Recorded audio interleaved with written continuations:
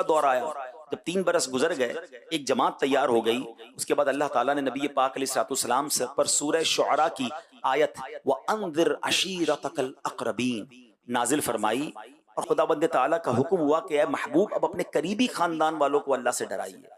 तो नबी पाक अलैहिस्सलाम ने कोहे सफा की चोटी पर चढ़कर कुरैश के लोगों से फरमाया था। जब सब कुरैश जमा हो गए तो आपने फरमाया, मेरी कौम, अगर मैं तुमसे कहूं कि इस पहाड़ के पीछे एक लश्कर छुपा हुआ है जो तुम पर हमला करने वाला है, तो क्या तुम लोग मेरी बात का यकीन कर लोगे? सबने यक जबान होकर कहा कि हाँ हाँ, आप अलैहिस्सलाम की हर बात का यकीन करेंगे क्योंकि हमने आपको हमेशा सच्चा और अमीन पाया है। अब यहां तक मैं रुकता हूं, आपसे बात करना चाहता हूं। नबी पाक ने 40 साल मक्के के लोगों में जिंदगी गुजारी। 3 साल ऐलान नबूवत के बाद, यानी 43 ईयर्स उन्होंने प्यारे आका को देखा था। ईमान वाले नहीं थे, मगर नबी पाक के बारे में क्या कहा कि हमने आपको सच्चा और अमीन पाया है, सादिक और अमीन पाया है।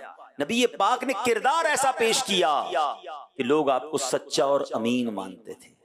मैं हम सब एक दूसरे के बारे में गौर करें, अपने बारे में गौर करें। मुझे मदनी चैनल के नाजरीन से भी मेरा ये सवाल है, मेरे आका की सच्चाई और अमानत का गैर मुस्लिम भी इकरार करें, मैं भी तो उनका उम्मती हूं। मेरी सच्चाई और अमानतदारी का क्या मुसलमान इकरार करते हैं? अभी गैर मुस्लिमों को छोड़ दें, मेरे खानदान वाले इकरार करते हैं, मेरे पड़ोसी इकरार करते हैं, मुझसे कारोबार करने वाले इकरार करते हैं। गौर करें कितना फर्क है। कहलाते हम उनके उम्मती हैं, मगर आज मुसलमान का हाल ये हो गया कि काम करते हुए डर लगता है, यार पता नहीं पैसे दूं कि ना दूं, सच बोल रहा है या झूठ बोल रहा है, ये जो वादा कर रहा है ये पूरा करेगा कि नहीं। अपने बारे में गौर करें कि अगर मेरे बारे में कोई ये सोचता है मुझसे कारोबार करने के लिए, या मुझसे मेरा वादा मान नहीं रहा, मुझसे डर रहा है, उसको मुझ पर यकीन नहीं आ रहा है, फिर मैं कैसा उम्मती हूं? अल्लाह अकबर। मेरे आका की अमानतदारी का आलम यह था। आपको याद होगा कि नबी पाक अलैहिस्सलाम ने जब मक्के से मदीने हिजरत फरमाई थी तो उस वक्त मौला अली शेर खुदा कर्रमल्लाहु तआला वजहुल करीम को अपने बिस्तर पर सुलाकर क्या फरमाया था कि ए अली, सुबह को मक्के वालों की अमानतें वापस देकर तुम भी मदीने आ जाना। तवील वाकया है, मगर यहाँ जो एक मदनी फूल सीखने को मिला कि उस वक्त भी जान लेने आए थे नबी पाक की, मगर अमानतें भी प्यारे आका के पास ही रखवा रहे हैं। समझ रहे बात को कि जो ईमान नहीं ला रहे, मगर उनको ये पता था कि ये अमानतदार है। अल्लाह अकबर। मैं कैसा हूं? और फिर अगर मैं दावत इस्लामी का जिम्मेदार भी हूं, मैं एक मजहबी हुलिये वाला भी हूं, मेरे चेहरे पे दाढ़ी भी है, मेरे सर पर इमामा भी है, मेरे साथ कोई तंजीमी जिम्मेदारी का टैग भी है, फिर मेरी अमानतदारी का आलम क्या होना चाहिए? फिर मेरी सच्चाई का आलम क्या होना चाहिए? और कीजिए, जिसने ये मजहबी हुलिया अपनाया ना, उसकी जिम्मेदारी और बढ़ जाती है, क्योंकि उसकी गलती पर लोग ये कहते हैं कि देखो दाढ़ी वाले ने, इमामे वाले ने, दीन का नाम लेने वाले ने क्या किया है।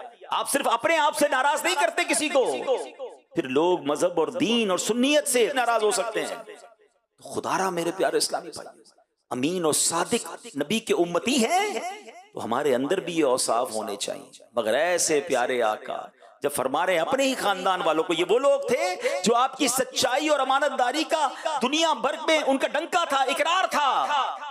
मगर जब ये पाक ने फरमाया बताओ मैं कहूं कि इस पहाड़ के पीछे एक लश्कर है, मेरी बात का यकीन कर लो, कहते हम यकीन कर लेंगे, आप सच्चे हैं, अमीन हैं।